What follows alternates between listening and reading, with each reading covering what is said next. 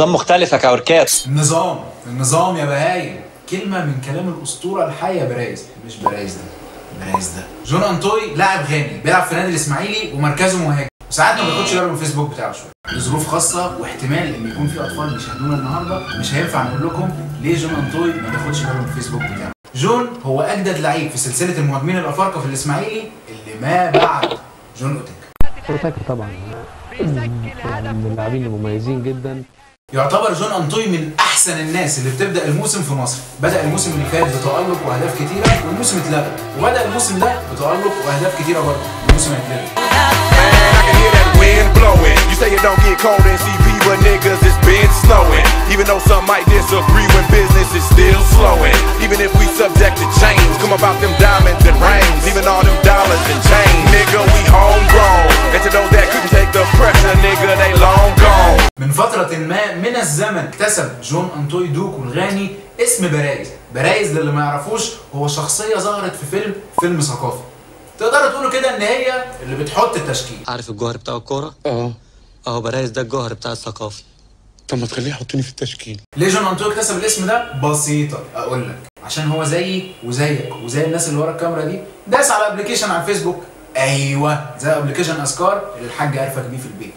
وللاسف بدل ما يشير له اذكار شير له اذكار برضه بس من النوع ده كله قليل.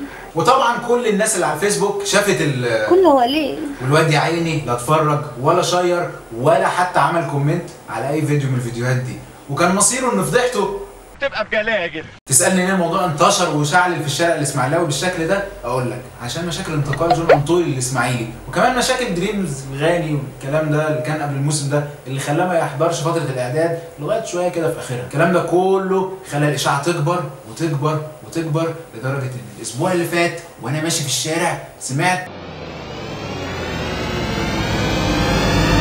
جون انطوي هيعمل نسخه براذرز العربي.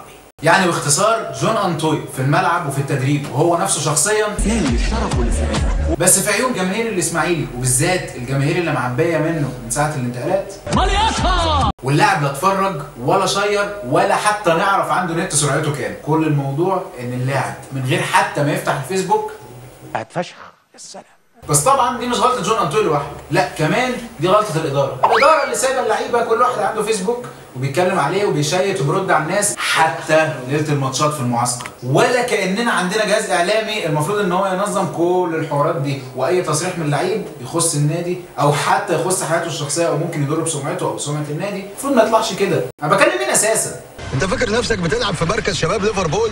وبالنسبه لاسم برايز فبرايز ده المفروض يتقال على كل واحد يشتغل جمهور النادي الاسماعيلي وقال انا بحب النادي، وتاني يوم لقيناه بيفك عقده مع النادي وسايب النادي ورايح للمنافس وبيبص الشعر.